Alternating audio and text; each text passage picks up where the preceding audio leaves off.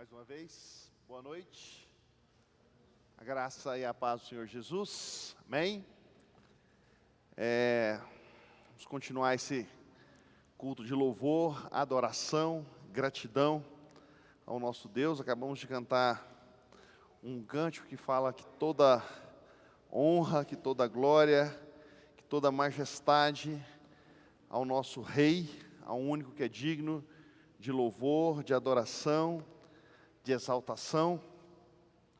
Domingo passado nós tivemos o nosso Natal Solidário. Natal Solidário foi algo, surgiu aí essa ideia da gente estar abençoando as famílias aqui das regiões em volta. Nós tivemos o privilégio de estar distribuindo várias cestas de alimento, domingo pela manhã. Fizemos algo bem diferente, foi joia, porque a gente distribuiu as cestas de alimento. Toda cesta tinha um frango, tinha um panetone e tinha um devocionário da nossa denominação para abençoar as pessoas. E eu usei esse texto para falar para o pessoal que estava aqui. Desde domingo passado fiquei refletindo no mesmo texto, pensando nele. E eu queria compartilhar com a igreja, com os irmãos que estão em casa. Talvez hoje a gente vai ter mais irmãos assistindo aí de fora, Semana passada a gente tinha gente lá na Paraíba assistindo o nosso culto.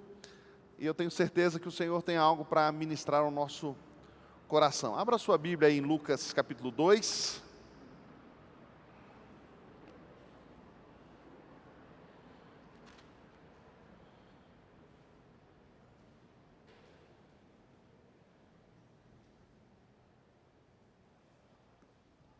Lucas capítulo 2, a partir do verso 1, e eu já li uma parte com vocês, com os irmãos, no início, mas eu quero ler novamente, até aquela parte onde eu li hoje. Acharam?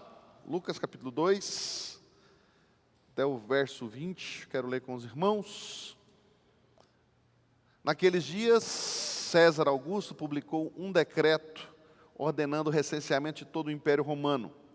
Este foi o primeiro recenseamento de todo o Império Romano. Este foi o primeiro recenseamento feito quando Quirino era governador da Síria. E todos iam para a cidade natal a fim de alistar-se. Assim José também foi à cidade de Nazaré, da Galileia, para a Judéia, para Belém, cidade de Davi, porque pertencia à casa e à linhagem de Davi. Ele foi a fim de alistar-se com Maria, que lhe estava prometida em casamento e esperava um filho. Enquanto estavam lá, chegou o tempo de nascer o bebê, e ele deu à luz o seu primogênito, envolveu em panos e o colocou numa manjedoura, porque não havia lugar para eles na hospedaria. Os pastores e os anjos Havia pastores que estavam nos campos próximos durante a noite, tomava conta dos seus rebanhos. E aconteceu que um anjo do Senhor apareceu-lhes e a glória do Senhor resplandeceu ao redor deles. E ficaram aterrorizados. Mas o anjo lhes disse: não tenham medo. Estou trazendo boas novas de grande alegria para vocês, que são para todo o povo.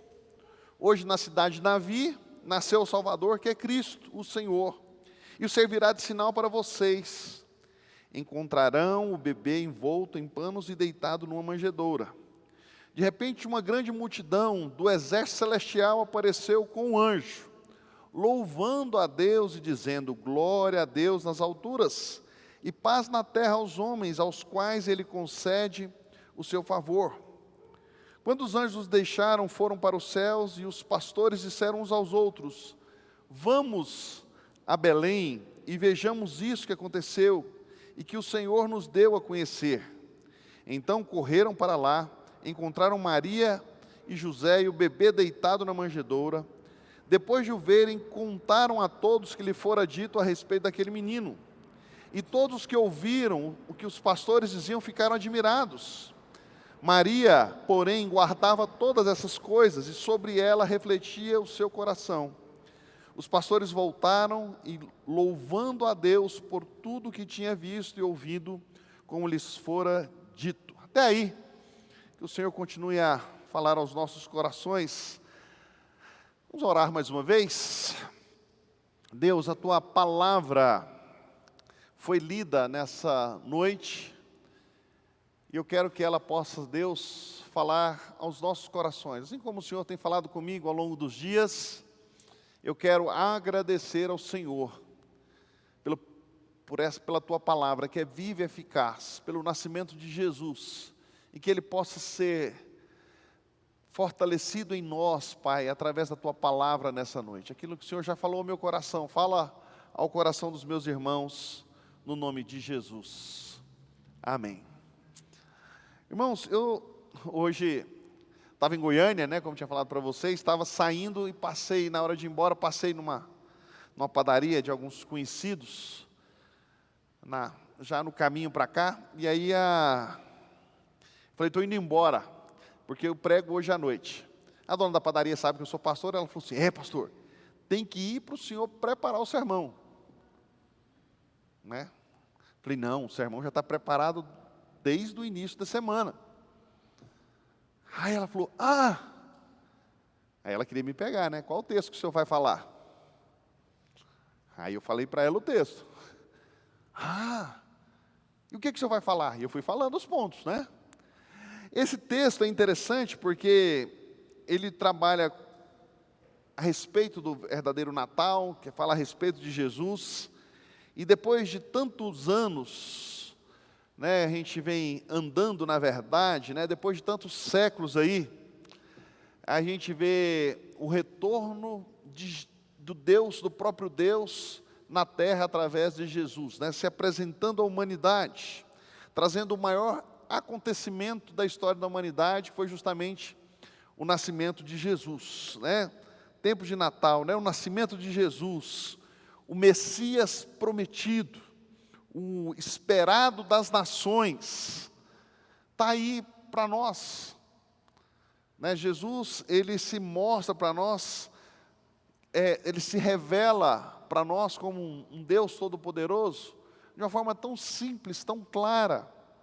E eu queria pensar com os irmãos, né, como o próprio Deus preparou tudo para que Jesus estivesse até nós. Ele se revela a nós através da sua pessoa. Você vai olhando, eu fiz questão de ler 2 vezes hoje o texto, para vocês entenderem um pouquinho o quanto o nosso Deus é soberano, o quanto o nosso Deus é fiel. Ele se preocupa com os mínimos detalhes. Ele olha para tudo, né? Você vai vendo aí, quando você olha a história, eu queria pensar com vocês hoje, o que o Natal fala para nós? O Natal nos diz que Deus é o Senhor da história. A primeira coisa que eu queria pensar com você. Deus é o Senhor da história, Ele muda tudo. Quando você olha para esse texto, no verso 6, do 1 ao 6, ele falando, né? No tempo do imperador Augusto, mandou uma ordem, todos os povos do império. Todas as pessoas deviam registrar, a fim de ser feita uma contagem. Quando foi feito esse primeiro recenseamento, ele conta lá, né? Deus muda tudo, faz algo para que a profecia se cumprisse. Vai lá, Augusto, decreta um recenseamento. Vai lá, vamos contar as pessoas. Por quê? Porque ele tinha um propósito. Já havia uma profecia lá em Isaías, aonde ia nascer o Messias, na cidade de Belém. Tudo aquilo é voltado para trazer Jesus para nascer em Belém. Jesus, como ali, né, herdeiro de José. José, então, como ele faz parte da linhagem de Davi, ele só podia fazer o recenseamento lá. Ele e a sua esposa Maria. Não tinha outro lugar. Ele é dono da história, ele traz tudo. José leva a sua esposa, né, lá com seu filho no ventre, para que a história fosse contada como ela é contada nos nossos dias. Havia uma profecia lá em Isaías, aonde ia nascer o Messias. Quando eu olho para esse texto, eu consigo olhar que o nosso Deus é o Deus da história, Ele muda tudo. né? Ele se serviu de um decreto do imperador de Roma, Augusto, para fazer com que José e Maria voltassem a Belém, da cidade onde eles eram oriundos. Deus fez isso para mostrar lá, né, como Deus no Evangelho estava profetizado que o rei prometido nasceria em Belém de Judá. Meus queridos, quantas vezes a gente acha que a gente pode mudar a história? Com as nossas forças, com as nossas vontades, com as nossas atitudes. Quando eu olho para esse texto, eu consigo enxergar um Deus que é dono de toda a história. Ele usa circunstâncias, situações, para que o mover de Deus aconteça na face da terra. Deus é o dono da história. Às vezes a gente fica assim, está acontecendo isso no Brasil. Deus é o dono da história. Aconteceu algo lá nos Estados Unidos da América. Deus é o Senhor da história. Aconteceu algo lá em Israel. Deus é o dono da história. A Ucrânia está sendo dizimada. Deus é dono da história. Vocês sabem que está havendo um grande mover, um grande avivamento na Ucrânia hoje? No meio da guerra, no meio de todos aqueles conflitos, Deus está agindo, porque Ele é o dono da história. Às vezes fala assim, eu tenho que fazer alguma coisa. Fazer nada. A gente só faz alguma coisa quando nós temos uma direção de Deus. Aí sim, a gente faz. Sem direção de Deus, nós não podemos fazer nada. Deus moveu a história, moveu o imperador, para que a profecia se cumprisse. E todo mundo, né? Uma das profecias foram feitas sobre Jesus. Todas se cumpriram.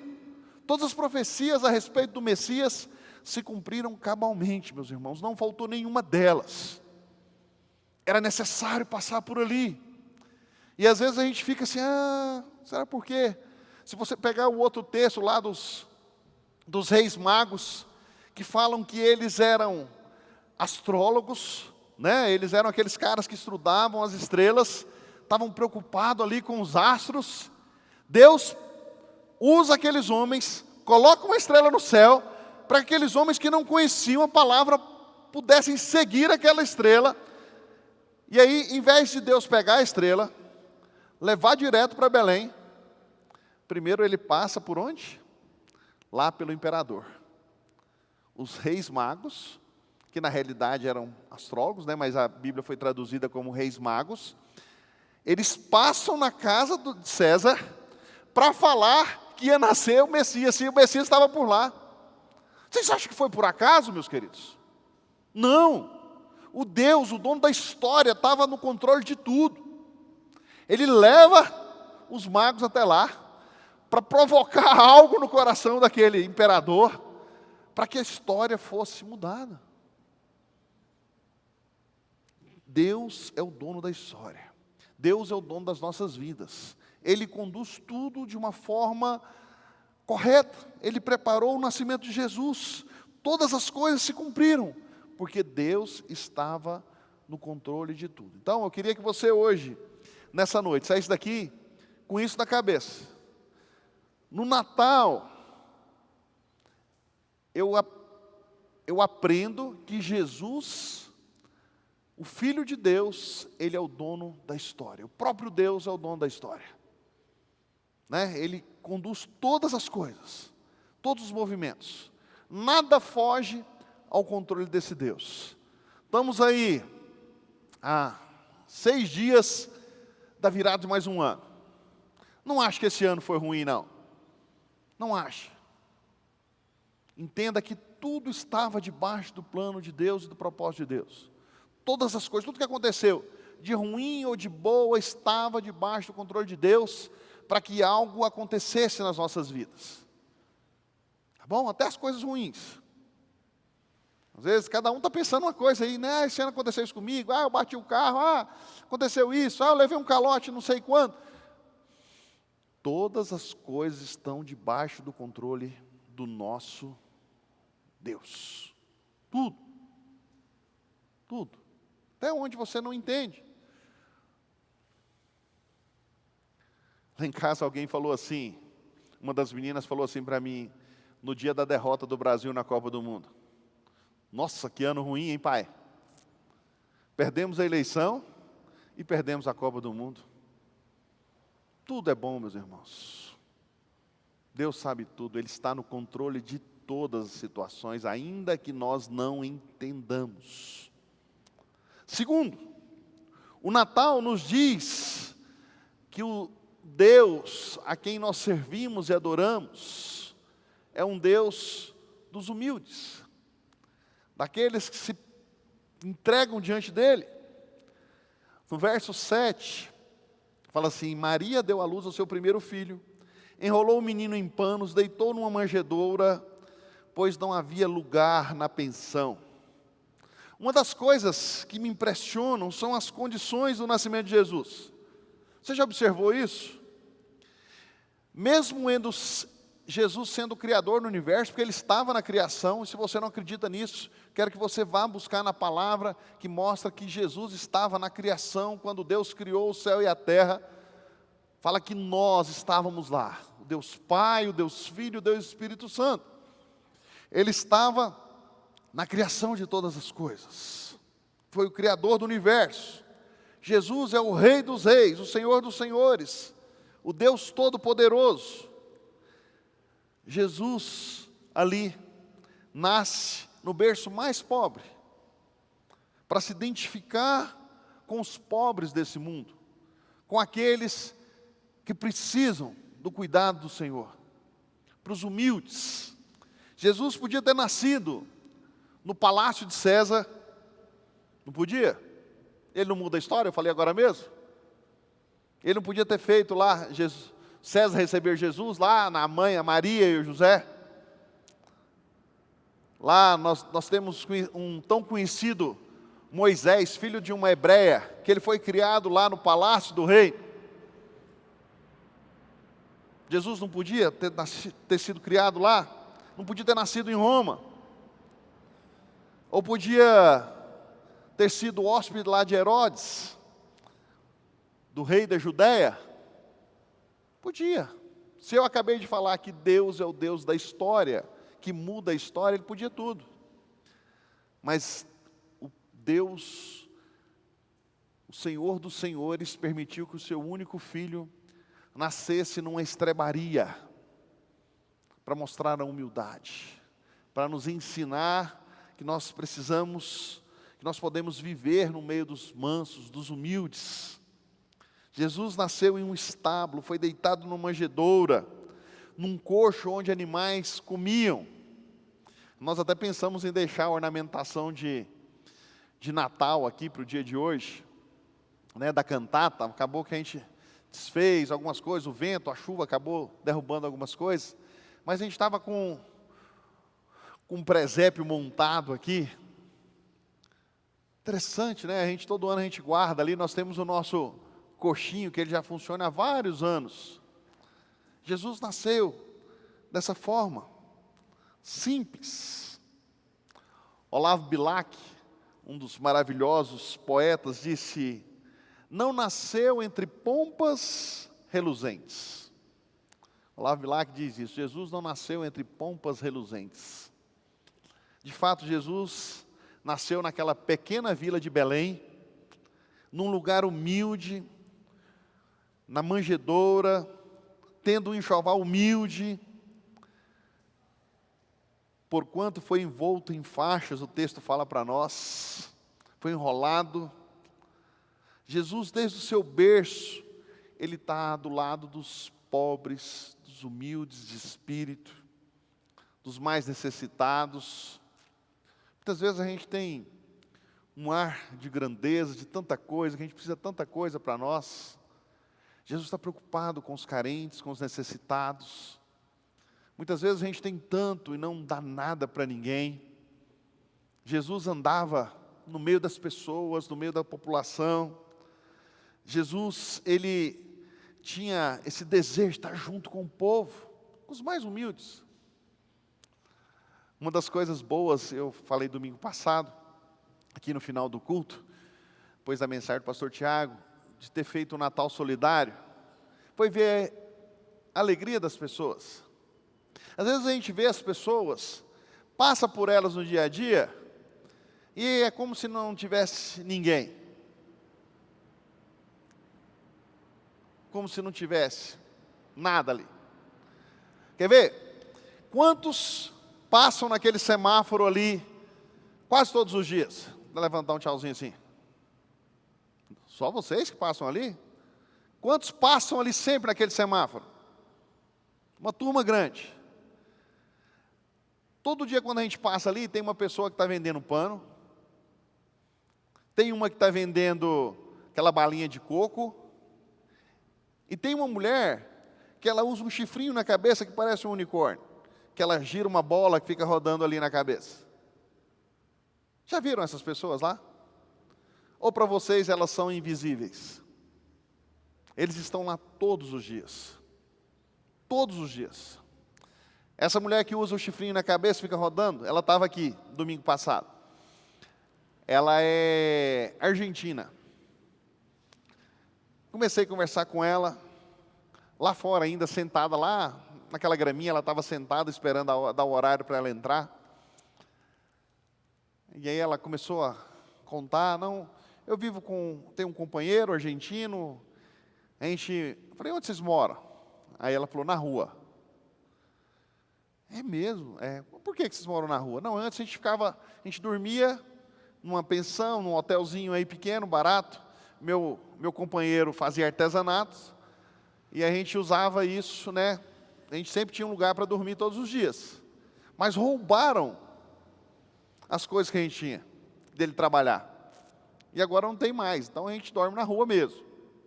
Eu faço aqueles malabarismos lá, malabares, né, que chama. E aí entra um pouquinho de dinheiro, ele está tentando. Puxa vida, né? Às vezes a gente não conhece a história da vida das pessoas. Um outro casal que me chamou a atenção foi o casal do pano. O cara vende pano e ela vende din-din. Eles eram diferentes. Eles eram simples, humildes, mas eram diferentes. Eles têm a casa, é um casalzinho, eles têm a casinha deles, estavam bonitinhos, arrumados, vieram buscar a cesta, numa alegria, numa felicidade. E ainda falou assim, nossa, que bênção que foi isso aqui. Porque isso vai ser uma bênção para nós. Mas hoje é o nosso aniversário de casamento. E aí eu falei para ele, nós ganhamos a cesta, mas hoje você vai me levar para almoçar em algum lugar. Nós não vamos usar a cesta, hoje não vou cozinhar a cesta hoje não. Que coisa bonitinha. A Kelly até falou assim, nossa, mas eles não parecem que precisam. Eu falei, mas precisa. Estavam arrumados, diferentes das outras pessoas que estavam aqui. Tinha um outro que ele tinha mais ou menos não, 2,4 metros, que ele faz questão de falar. Qual a sua altura? 2,4 metros. Enorme. E aí ele falou, já estive aqui na sua igreja. Eu falei, quando você entrou, eu tive a impressão de conhecer você. Ele falou, não, o senhor já era pastor dessa igreja. Eu vim com a Missão Vida, eu era obreiro da Missão Vida. Mas por algum momento da vida eu me perdi e voltei para as drogas novamente. São aquelas pessoas que estão ali à beira do caminho, meus irmãos, precisando ser cuidados por nós. Mora aqui, ó, no fundo da Mundial aqui, uns barraquinhos que eles estão ali, tem umas 3 ou 4 famílias ali, tão pertinho da gente. Aí tinha um outro pequenininho, que estava com ele, eles andam sempre juntos. Ele falou, é meu companheiro, a gente está sempre junto, tudo a gente faz junto. Pensei, as cachaças, né? Mas você vai ouvindo as histórias dessas pessoas e pensando o que Jesus pode mudar na vida dessa pessoa. E aí quando a gente estava quase terminando, aí a Aldânia que estava chamando pelo nome, uma mulher pegou e pediu o microfone para ela e falou assim, vocês sabiam que vocês me amaram na hora que vocês me ofereceram a cesta? E eu vim pensando para cá, que coisa boa. Quando eu cheguei aqui, que eu vi a cesta, o frango, o panetone. Que amor é esse? E ainda vocês nos deram a palavra, nós louvamos ao Senhor juntos. E eu fiquei pensando nesse texto, foi justamente o texto que eu li para eles, eu falei, Jesus veio para os humildes. Vocês sabiam? O texto fala que ele estava ali naquela estrebaria, um lugar pobre. Mas quando eu olho para a palavra, eu fico olhando que a pobreza dos nossos dias, a pobreza espiritual é tão grande, meus irmãos, que quem é rico, muitas vezes é mais pobre do que quem está na miséria. São pessoas que estão precisando de algo novo, de um milagre na vida. E você e eu somos a solução para essas pessoas que nasceram, que não têm esperança nenhuma, são pobres de espírito. Lá em Mateus 5,3, Jesus pregaria lá nas montanhas, no Sermão do Monte, felizes os que sabem que são espiritualmente pobres. E aí nós podemos levar os milagres do Senhor para esses que são pobres de espírito, levar a verdadeira alegria, levar a verdadeira paz. Eu e você somos esses detentores. Então, Deus é o Deus da história, primeiro, muda tudo. Segundo, o Deus da história é um Deus dos pobres, dos humildes, dos simples. Em terceiro lugar, o Natal nos diz que há boas notícias em um mundo de más notícias. Prestaram atenção? O texto fala que há boas notícias em um mundo de más notícias. Olha os próximos versos. Naquela região havia pastores que estavam passando a noite nos campos, tomando conta de rebanhos de ovelhas. Então um anjo do Senhor apareceu, e a luz gloriosa do Senhor brilhou por cima dos pastores, eles ficaram com muito medo. Mas o anjo disse, não tenham medo, estou aqui a fim de trazer uma boa notícia para vocês, e ela será motivo de grande alegria também para todo o povo. Hoje mesmo na cidade de Davi, nasceu o Salvador de vocês. Oh, coisa maravilhosa! Hoje mesmo nasceu o Salvador de vocês, o Messias, o Senhor. E essa será a prova, vocês encontrarão esse Salvador no meio desse mundo em crise. Vocês encontrarão uma criancinha enrolada em panos e deitado numa manjedoura. Está lá. No mesmo instante apareceu junto com um anjo, uma multidão de anjos, como se fosse um exército celestial, e eles cantavam hinos de louvor a Deus, dizendo, glória a Deus nas maiores alturas e paz na terra, às pessoas a quem Ele quer bem. Glória ao Salvador. A aparição dos anjos e a revelação do nascimento de Jesus não se dá em palácio, não se dá em tronos do mundo, mas em meio a um grupo simples de pastores, próximos àquela pequena vila de Belém. Jesus é para nós, meus queridos. Os anjos apareceram para pessoas simples. Ali os anjos proclamam glória a Deus nas maiores alturas e paz na terra, para aqueles que Ele quer bem. Naquela região de Passos, Deus foi exaltado. Ali os anjos indicaram aos crentes em Deus, não tenham medo, estou aqui a fim de trazer uma boa notícia para vocês, e ela será motivo de grande alegria para todo o povo. Hoje mesmo na cidade de Davi nasceu o Salvador de vocês, o Messias, o Senhor. Por que que nesses dias a gente tem medo das coisas que estão acontecendo? O Salvador veio para mudar a nossa história. O Salvador veio para mudar a nossa vida. O Salvador veio para mudar a nossa realidade. O Salvador veio para que nós tivéssemos paz, para que nós tivéssemos esperança. Nasceu o Salvador, meus queridos. É Ele, só por Ele e para Ele. Boas notícias em dias de más notícias. No meio das desilusões, eu fiquei imaginando, pensando nisso. Por que a gente sofre tanto com as más notícias? Se o texto fala que no meio das más notícias chegam as boas notícias, o Salvador, Ele está aqui para fazer diferença nas nossas vidas, para falar que existe esperança para o seu lar, para dizer que existe esperança para o seu casamento, para que existe esperança no meio das coisas difíceis, para dizer que existe esperança no meio do caos que está proposto para nós esses dias. Nós não podemos ter medo, nós não podemos ter medo de nada. O Salvador de vocês, porque a nossa esperança está em Cristo. Esperança na vida eterna em Cristo Jesus. Jesus morreu por nós, para que nós tivéssemos vida e vida em abundância. Nasceu o Salvador de vocês. Fique imaginando como deve ter sido impactante para aqueles pastores. Pensa ali, você está cuidando do rebanho, deitado, olhando para as estrelas. De repente, desce um anjo, começa a conversar com você, começa a falar com você frente a frente. Ó, vai lá, está chegando a esperança.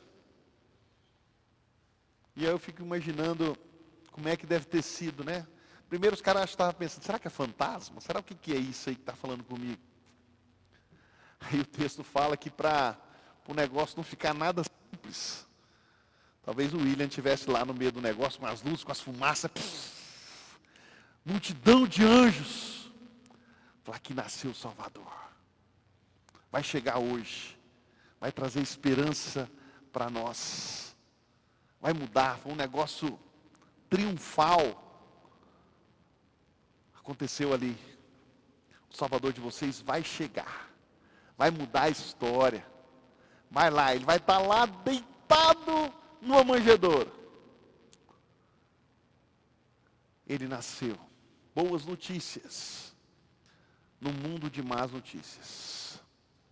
Se você está achando que o nosso país está tendo más notícias, quer dizer para você que o Salvador já nasceu. E Ele traz boas notícias. E Ele muda a nossa história. Deus quer levantar um povo que vai fazer diferença na terra. No meio das notícias ruins, existe um Salvador. A turma aí que estuda homilética, que me perdoe, eu vou para o quarto ponto, não vou ficar só no terceiro. E eu quero concluir no quarto ponto, falando, o Natal nos diz que agora devemos levar também as boas notícias. Elas não podem parar. No meio do mundo de más notícias, existem boas notícias. E em quarto e último lugar, o Natal diz que agora devemos levar também essas boas notícias para as pessoas. Do verso 15 ao verso 20 fala, quando os anjos voltaram para os céus, os pastores disseram uns aos outros, vamos até Belém para vermos o que aconteceu. Vamos ver aquilo que o Senhor nos contou. Eles foram depressa, encontraram Maria e José e viram um menino deitado numa manjedoura. Então contaram os anjos, que os anjos tinham dito dele, a respeito dele. Todos que ouviram o que os pastores diziam ficaram muito admirados. Maria guardava todas essas coisas no seu coração e pensava muito nelas. Fico imaginando que coisa extraordinária para Maria. Então os pastores voltaram para os campos cantando hinos de louvor a Deus, pelo que tinha ouvido e visto. E tudo tinha acontecido como o anjo havia falado. Entenda isso. Disseram uns aos outros, vamos até Belém para vermos o que aconteceu. Então contaram o que os anjos tinham dito. No mundo de más notícias, Existem boas notícias, Jesus nasceu. E você e eu, meus queridos, somos chamados para proclamarmos essas boas notícias. Você e eu fomos chamados para proclamar as boas novas de salvação. Agora cabe a nós dar esse passo. Conhecemos Jesus, tivemos um encontro com Ele.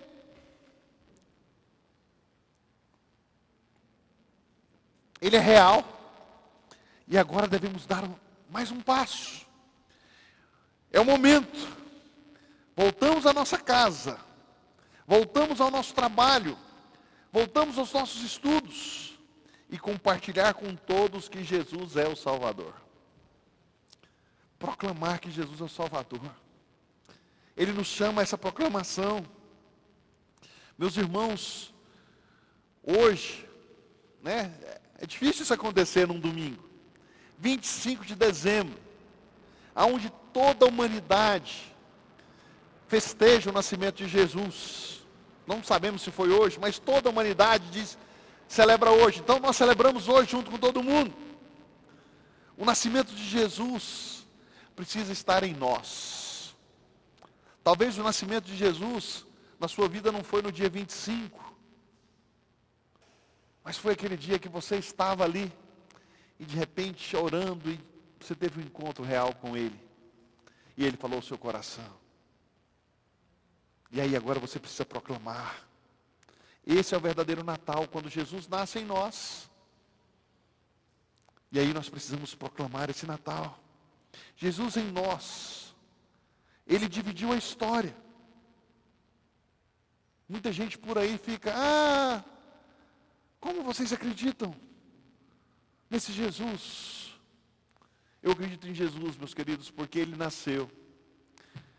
Ele foi morto na cruz do Calvário, mas Ele ressuscitou, Ele está vivo. Por isso eu posso declarar que Ele é o meu Senhor. Diferente de todos os outros deuses que o pessoal adora por aí, o nosso é o único que está vivo. Amém? Jesus está vivo. Todos podemos contar como era a nossa vida antes de Cristo e como é agora depois de Cristo. O que Ele fez por nós hoje. Ele quer mudar a sua história, Ele quer mudar a sua vida. Ele quer que você proclame esse Evangelho. Quero concluir. Pois bem, não há no mundo, nem poderá haver jamais uma história mais linda do que a ocorrida em Belém, da qual Jesus é o personagem central. Queria Deus que o Natal não seja só uma bela história, senão a experiência mais importante das nossas vidas. O dia que nós tivemos um encontro com Cristo, Ele muda a nossa história. Ele pega o pior pecador, o pior homem, muda a vida dele, muda a realidade, meus queridos. Nós não somos nada sem Cristo. Nós precisamos dele. Nós precisamos da sua graça. Nós precisamos da sua glória sobre nós. O nosso Deus é o Deus da história. Jamais se esqueça disso. O nosso Deus é um Deus dos humildes, dos mansos. O nosso Deus pega as coisas más, as notícias más, e transforma ela em boas notícias. E as boas notícias devem ser proclamadas por nós. Que possamos fazer isso, meus queridos, dia após dia, momento após momento, passo a passo. Baixe sua cabeça, vamos falar com o Senhor.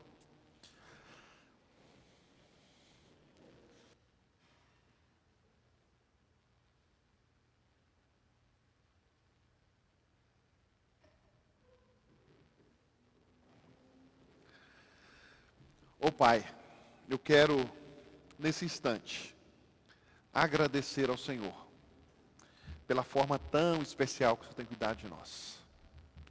Obrigado porque nós podemos acreditar que o Senhor é o Deus da história, que o Senhor mandou Jesus para mudar a nossa história, para mudar a nossa vida, para nos trazer redenção.